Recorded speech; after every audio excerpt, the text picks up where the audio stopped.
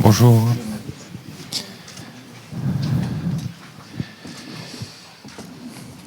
Bien, mesdames et messieurs, bonjour. Je vous remercie d'accueillir chaleureusement Monsieur le ministre de l'Agriculture et du Développement rural, Monsieur Kobedan Kouassi Adjomani.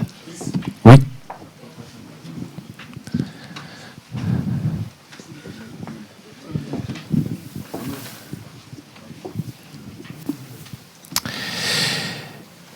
Eh bien, bienvenue au Parc des Expositions de Paris pour la 5e édition de la Conférence internationale de la certification des produits agricoles, ISCC 2020. Toute l'équipe Origins et moi-même sommes ravis de vous accueillir dans cet espace d'échange et de partage pour tous les spécialistes et acteurs de la filière agricole. Origins, à l'initiative de cet événement, est une structure ivoirienne impliquée dans le développement durable depuis 2013 et plus particulièrement dans l'agriculture durable. L'une des raisons d'être de Origins est de créer à chaque fois que cela est possible des cadres de concertation autour des problématiques liées à la durabilité, espace d'échange tel que cette conférence à laquelle vous vous apprêtez à assister. Cette conférence, dont la première édition a eu lieu en 2014 à Yamoussoukro, est un lieu de partage d'expériences autour de la durabilité des produits agricoles, mais également un lieu dédié à l'action, pour faire de cette thématique un moteur pour la valorisation et la compétition des produits agricoles et ses producteurs. La Côte d'Ivoire est entre autres le premier producteur mondial de cacao, de cajou et de noix de cola. Et son agriculture représente un pan significatif de son économie. Il apparaissait dès lors tout indiqué de faire de la Côte d'Ivoire une plateforme de réflexion et un laboratoire d'action autour de l'agriculture durable. Et c'est aussi, bien entendu, l'un des enjeux de cette conférence. Le Tour de Paris pour cette 5e édition répond à un besoin plus grand d'acteurs au plan national et international. Ce choix invite également à susciter l'implication de nos autorités et il est également une invitation à mieux prendre en compte les problématiques des pays consommateurs. L'un des objectifs de cette conférence sera également d'identifier et de faire connaître les outils de financement adéquats, mais aussi de voir comment une utilisation maîtrisée de la technologie dans l'agriculture peut être un outil puissant de protection de l'environnement. Voilà pourquoi il a été décidé de faire de cette conférence un carrefour d'échange pour aller au-delà de la certification. Nous recevons aujourd'hui de nombreuses associations et entreprises concernées par cette problématique qui interviendront tout au long de ces 2 jours pour vous faire part de leurs réflexions, de leurs actions, bien sûr, et de leurs projets autour de ces problématiques. Et bien sûr, nous les remercions infiniment pour leur présence. Nous tenons à remercier également tous les partenaires techniques et financiers de cette conférence, sans qui celle-ci n'aurait pas été possible. Alors, avant de laisser la parole à Monsieur le ministre de l'Agriculture de Côte d'Ivoire, j'aimerais vous présenter le programme de ces 2 jours. Je vais essayer d'être bref parce qu'on a déjà un petit peu de retard. Nous allons inaugural Vivek Vodra de l'ISSD, the International Institute for Sustainable Development, qui dressera un état des lieux des tendances actuelles du marché durable et l'impact de la certification agricole sur toute la chaîne de valeur. À sa suite, M. Jack Stein, promoteur enthousiaste du développement durable, avec son entreprise Équipoise. Nous recevrons également le cabinet conseil Futur Africa qui nous édifiera ensuite sur les outils technologiques développés pour l'agriculture ivoirienne et plus globalement africaine. Et enfin, pour clore, nous aurons un panel animé par nos 2 intervenants, à savoir Madame Diane Poté de Waco Crédit et Monsieur Ndiaye du Fonds interprofessionnel pour la recherche et le conseil agricole. Voilà pour les premières conférences de ICC 2020. Je vous souhaite à toutes et tous une très bonne conférence ICC 2020 que nous espérons riche d'échanges et fructueux et de discussions enrichissantes. Et j'aimerais maintenant laisser la parole à Monsieur le ministre de l'Agriculture de Côte d'Ivoire pour procéder à l'ouverture de ICC 2020. Nous pouvons l'applaudir et là pour l'accueillir. Merci.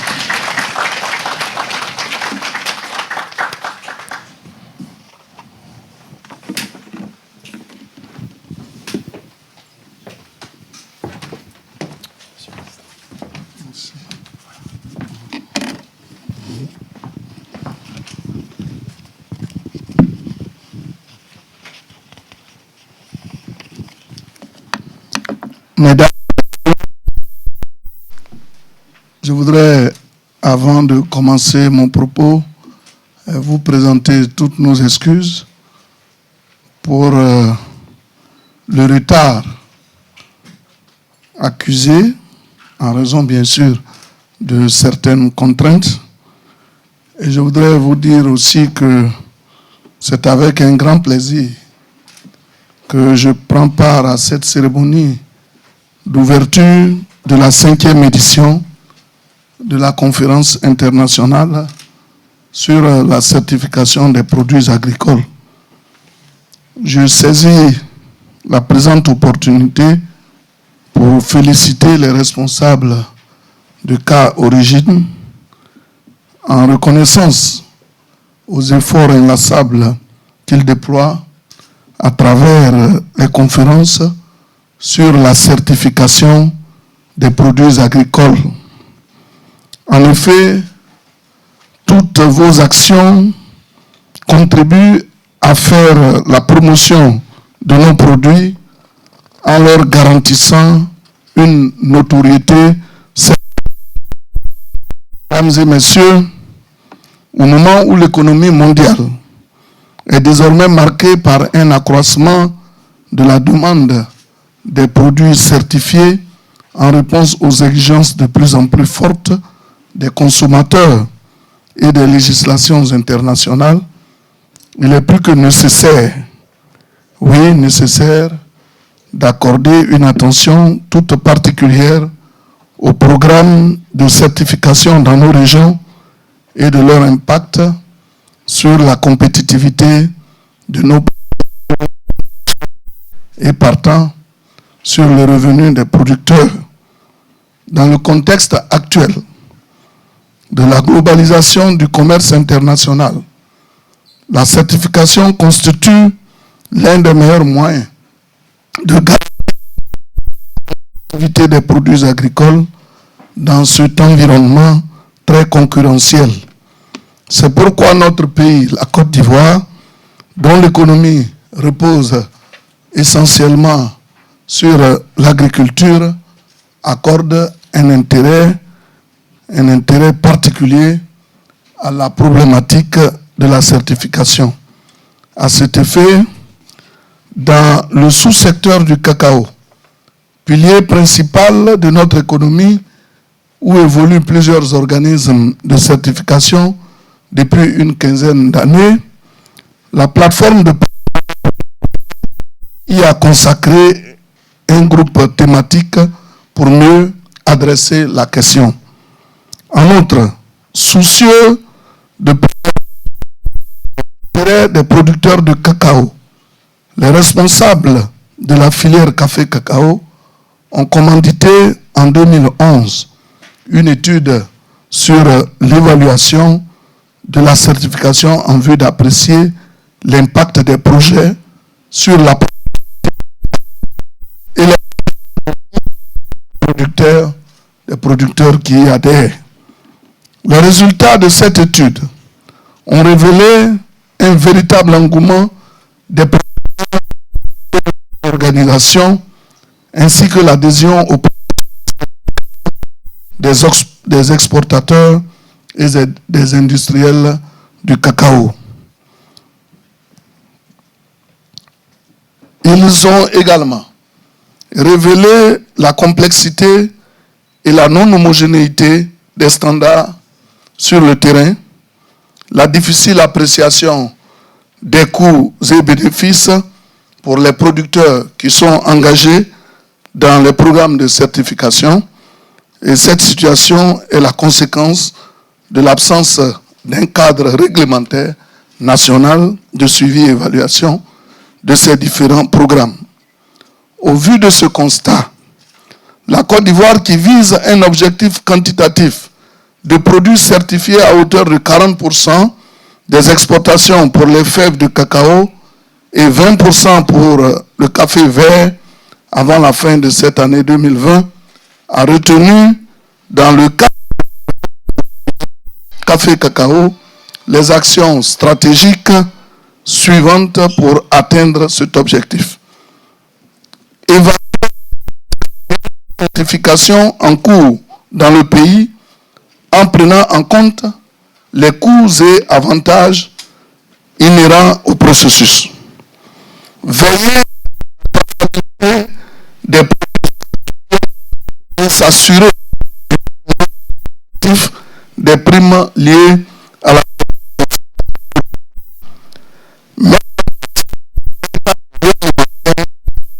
institutionnelle permettant la des activités de certification en vue de capitaliser les contraintes et limites des initiatives en cours. Mais en place de coopération et internationale sur la certification du café et du cacao en Côte d'Ivoire. Mesdames,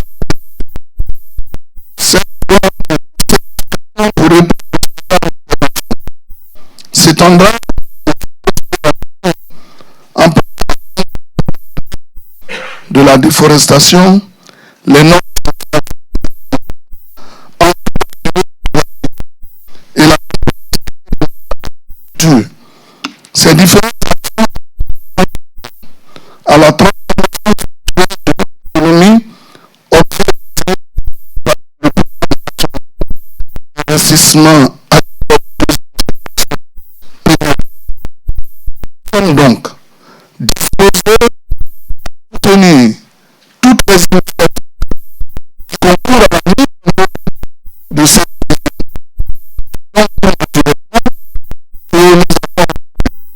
notre et l'organisation de la 5e conférence internationale sur la certification des produits agricoles ICC 2020 et à la structure KO.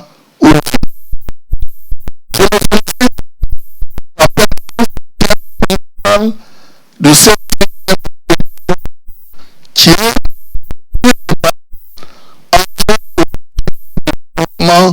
en Afrique et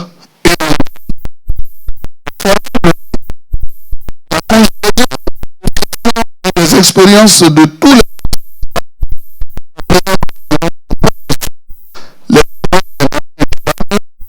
contribuent à mieux la compétition, y compris l'huile de internationale. Et hier, nous avons eu à parler et nous souhaitons donc Côte d'Ivoire à mieux se produire sur parce que le palmier à huile est une plante sauvage héritée de nos parents. Et si vous avez fait le constat, même pendant la traite des esclaves, c'est un produit qui était prisé et qui partait aux États-Unis, au Brésil et autres. Et le palmier à huile chez nous est un arbre qui et dont les pattes a donné une allure vive à la vie au niveau de la forêt et qui constitue un pilier véritable pour, je crois, la nature. Parce que quand vous êtes dans une plantation de palmiers à huile, vous voyez que les palmes contribuent à faire circuler de l'air ambiant avec bonheur. Et je crois que c'est sur cette note d'espoir que je souhaite plein succès à vos travaux et déclare ouvert de la conférence internationale sur la certification des produits agricoles. Je vous remercie.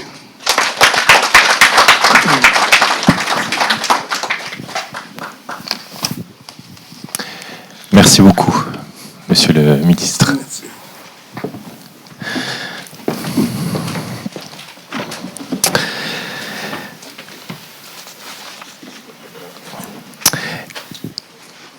Et donc, 5e édition. Je viens de parler de la banane.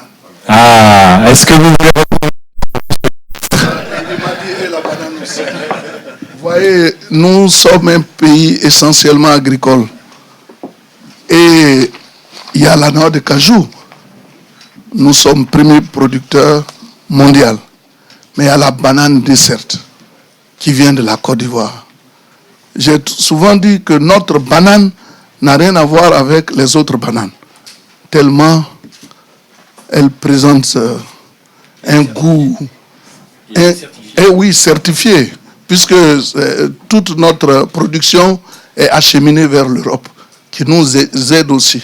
Et nous demandons aussi à l'Europe de soutenir les prix pour que les producteurs, à la base, puissent vraiment vivre correctement et pratiquer cette production qui constitue pour l'Europe et même pour le monde entier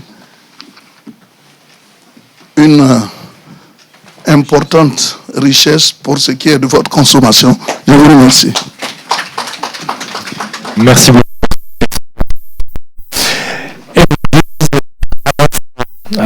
Que pour inaugurer, nous allons un fidèle de ICC. Je parle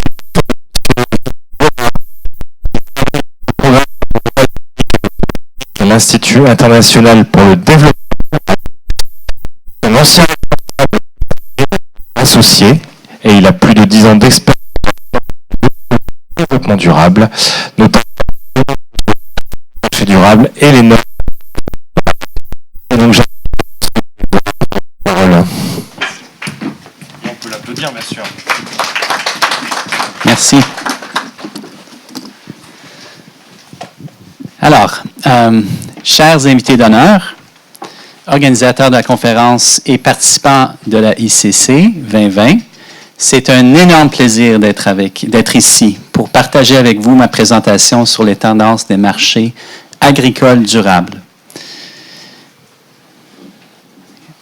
Donc, avant de commencer ma présentation, j'aimerais tout d'abord vous familiariser avec l'Institut international du développement durable, ou l'IIDD, qui est une boîte de recherche canadienne se penchant sur une panoplie de questions reliées à la durabilité afin de mettre de l'avant des solutions pour un monde plus juste, équitable et écologiquement durable. Je travaille pour un projet qui se concentre sur les questions reliées aux normes volontaires de durabilité, ou NVD, qui regroupe les programmes de certification tels que la production biologique équitable, Rainforest Alliance, UT Certified et autres. On est présentement financé par l'Agence suédoise de développement international pour examiner la question des NVD et leur potentiel pour réduire la pauvreté.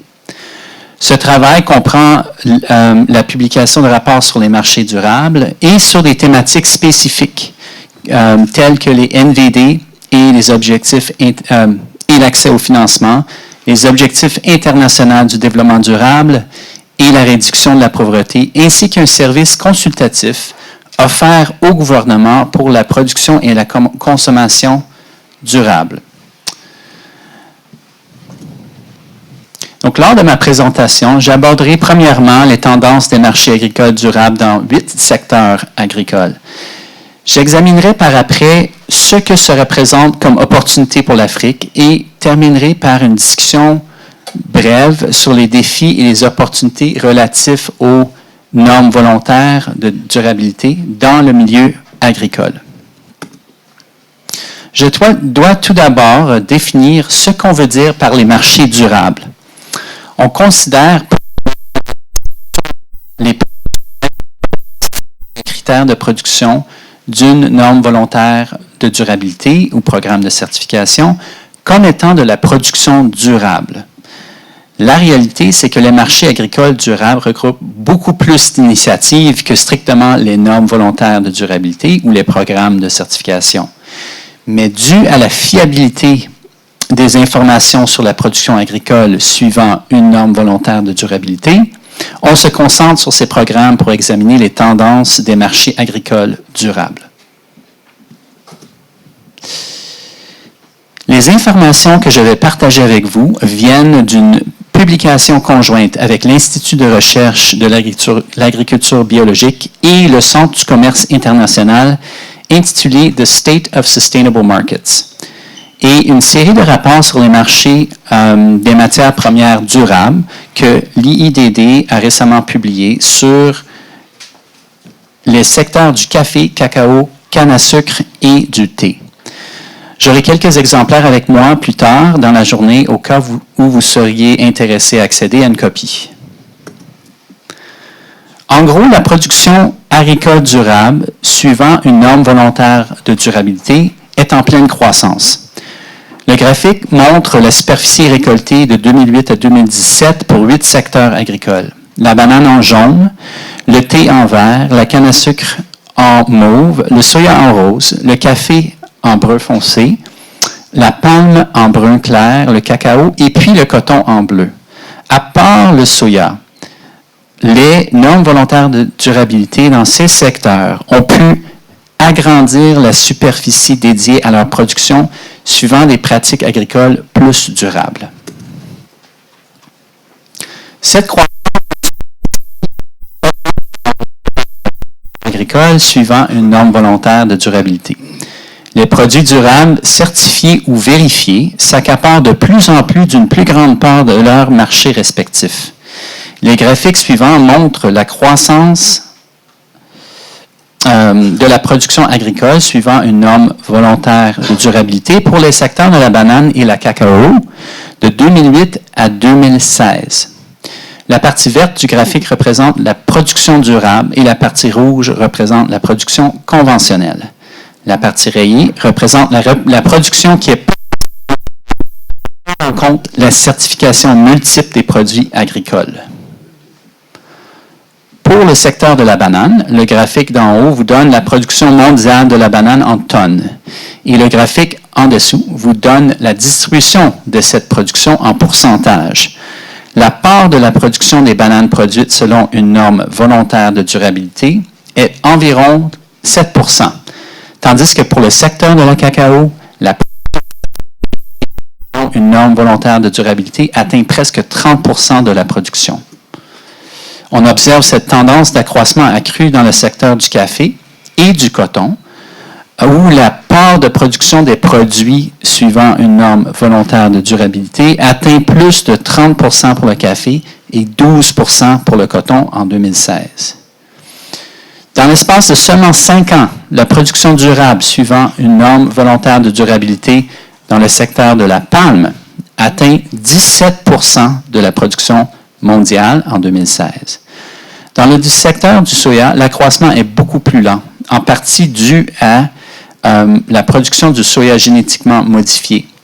Mais cette croissance modérée va fort probablement s'accélérer avec le Roundtable for Responsible Soy, RTRS, qui certifie le soya génétiquement modifié.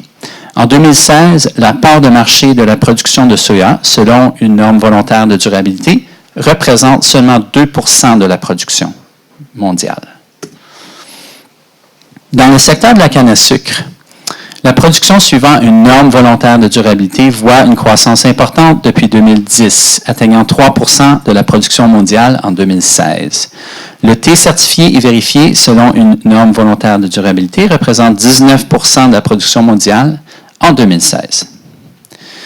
Si on compare le taux de croissance annuel composé de 2008 à 2016, la production durable suivant une norme volontaire de durabilité versus la production conventionnelle pour les secteurs agricoles examinés, on observe, avec l'exception du soja, que la production durable croît à un rythme beaucoup plus élevé que la production conventionnelle.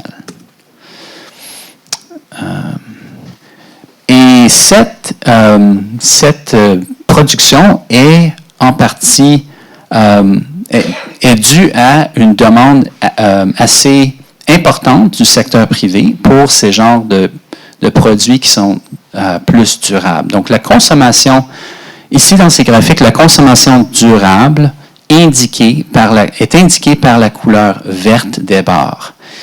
Des plus grands consommateurs de la cacao, tels que Barry Callebaut, Olam et Cargill en 2016, est déjà importante. La plupart de ces compagnies travaillent pour que 100% de l'approvisionnement en cacao, incluant en grande partie la production suivant une norme volontaire de durabilité. C'est la même où le plus grand manufacturier de café, Nestlé, décide que 70% de leur approvisionnement proviendra de sources durables en 2020.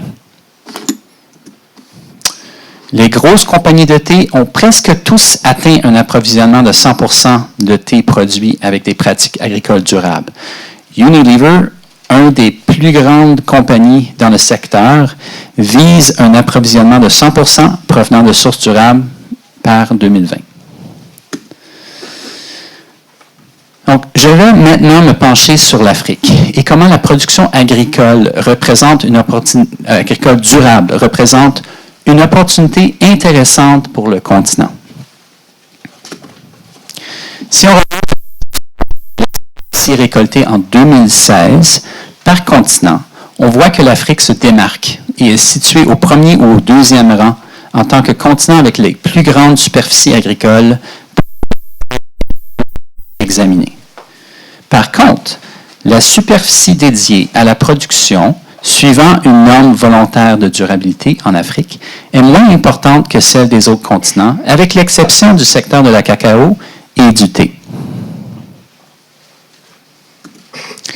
Ici, on voit un peu la même tendance. À part le secteur du thé, où la vaste majorité de la production africaine est volontaire de durabilité, en fait, provenant du Kenya est certifié durable.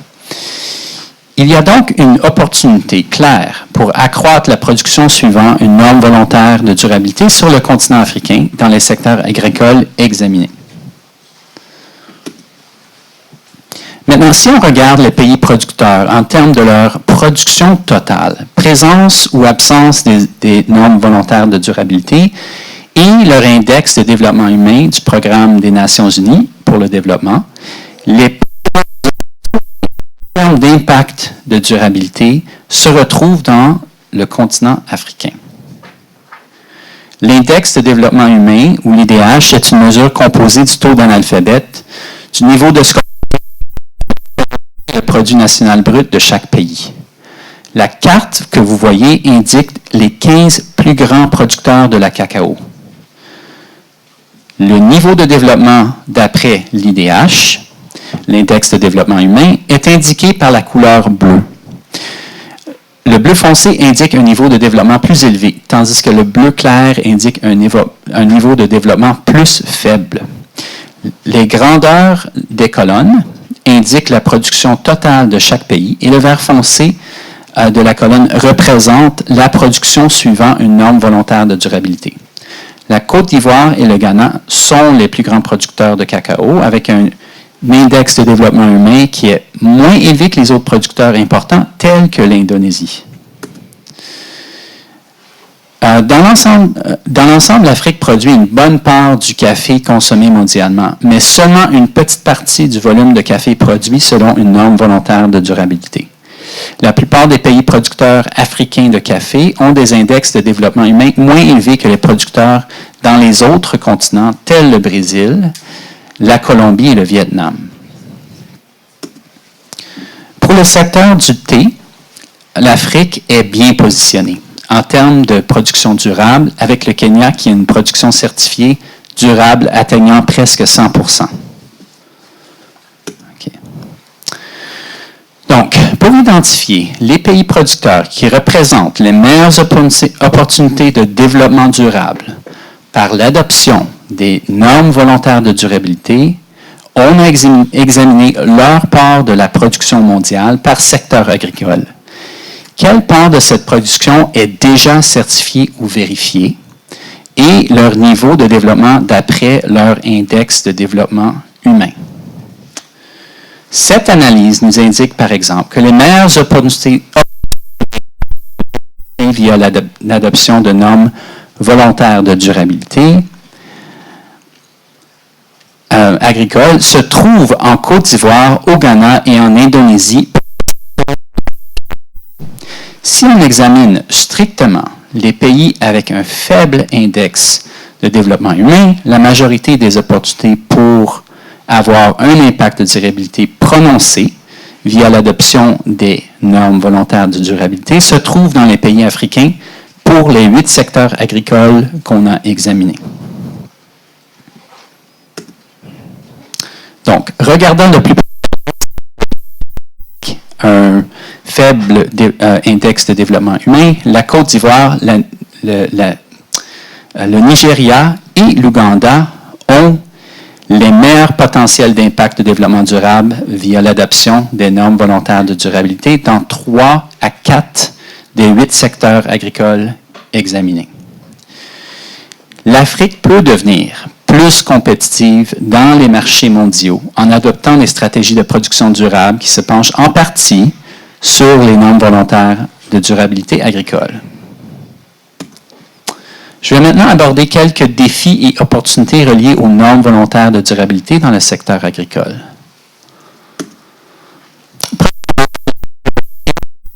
Qui a un impact socio-économique et écologique à l'échelle mondiale excessivement important. Le secteur offre environ 30% de la population mondiale un gagne-pain. Elle consomme presque 70% de notre eau fraîche, a un impact prononcé sur la biodiversité et la perte des forêts à l'échelle mondiale et contribue de façon significative au changement climatique.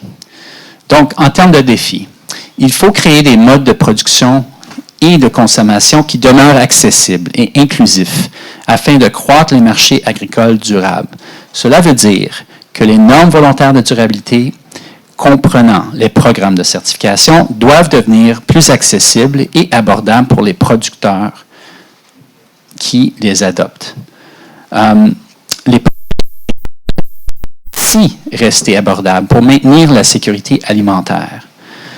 Le secteur privé doit s'orienter vers la durabilité et voir cette approche comme fondamentale pour maintenir leur compétitivité. On voit déjà que les grosses compagnies ont plusieurs objectifs d'approvisionnement durable pour réduire leur risque d'accès aux matières premières et leurs risques commerciaux. La production agricole, suivant une norme volontaire de durabilité, doit donner des bénéfices tangibles à ceux qui adoptent ces normes de production, ce qui inclut un meilleur rendement économique ainsi que des bénéfices sociaux et écologiques. Jusqu'à présent, il y a très peu de recherches approfondies et globales sur les impacts de durabilité des normes volontaires de durabilité agricole. Par exemple, à part biologique, il y a très peu d'études globales des impacts de la production agricole suivant une norme volontaire de durabilité sur la biodiversité, par exemple. En termes d'opportunités, on observe qu'ils développent leur propre programme de durabilité, souvent modelé d'après les programmes de certification. Agricole, suivant une norme volontaire de durabilité, mais peut donner des interventions pour la production agricole durable qui sont possiblement plus efficaces et abordables, mais pas transparentes.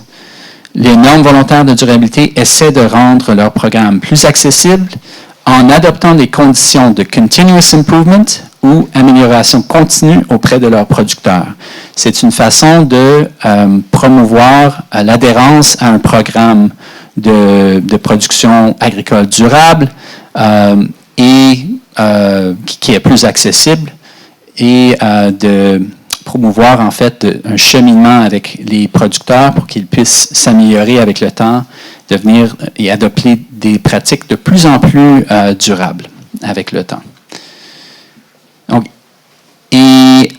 la dernière opportunité est tout simplement qu'il faut établir des partenariats stratégiques pour accélérer la durabilité dans les chaînes d'approvisionnement. Le programme SAFE dans le secteur du café, financé en partie par la Banque mondiale, est un très bon exemple. Le programme regroupe plusieurs ONG et compagnies qui œuvrent ensemble pour assurer une production de café plus durable en Amérique latine. Le rôle des gouvernements est aussi important pour établir des politiques pour la production et la consommation agricole durable. En France, par exemple, l'adoption de la loi sur le devoir de vigilance responsabilise le secteur privé afin d'éviter les activités qui ont des impacts négatifs sur les droits humains et l'intégrité de l'environnement. Les nouvelles technologies telles que blockchain, télédétection et l'intelligence artificielle nous permettent de révolutionner le secteur agricole et de mieux comprendre les impacts de divers modes de production agricole sur nos producteurs et notre environnement. Pour la prise de décision qui regroupe des informations au niveau de la production agricole, des entreprises et autres, permet de prendre des décisions en temps réel pour la durabilité d'un secteur. Cela peut permettre aux entreprises et agriculteurs de faire des ajustements à leur mode de production ou d'approvisionnement pour maintenir la compétitivité et la durabilité. Donc, en conclusion, la production agricole suivant une norme volontaire de durabilité ou programme de certification a une croissance de production conventionnelle pour les secteurs qu'on a examinés. D'après les objectifs de durabilité des grosses compagnies qui dépendent de ces matières premières, la demande pour la production durable, ce qui inclut la production suivant une norme volontaire de durabilité, continuera fort probablement de croître. Les meilleures opportunités pour avoir un impact de durabilité via l'adoption des normes volontaires de durabilité agricole se retrouvent en Afrique, dans les 8 secteurs qu'on a examinés. La Côte d'Ivoire, le Nigeria et l'Ouganda sont les meilleurs candidats. L'adoption des normes volontaires de durabilité agricole doivent donner des bénéfices de durabilité tangibles, ce qui comprend la promotion de modes de production et de consommation inclusifs qui maintiennent la sécurité alimentaire. Des partenariats stratégiques pour l'approvisionnement durable qui s'adaptent aux dynamiques de leur secteur et qui prennent avantage des avancements technologiques au niveau de la traçabilité, du monitoring et des comptes rendus représentent une opportunité importante pour la durabilité du secteur agricole. Donc, je vous remercie sincèrement pour votre attention. Je suis prêt à prendre des questions. Alors, nous avons effectivement une minuscule fenêtre de tir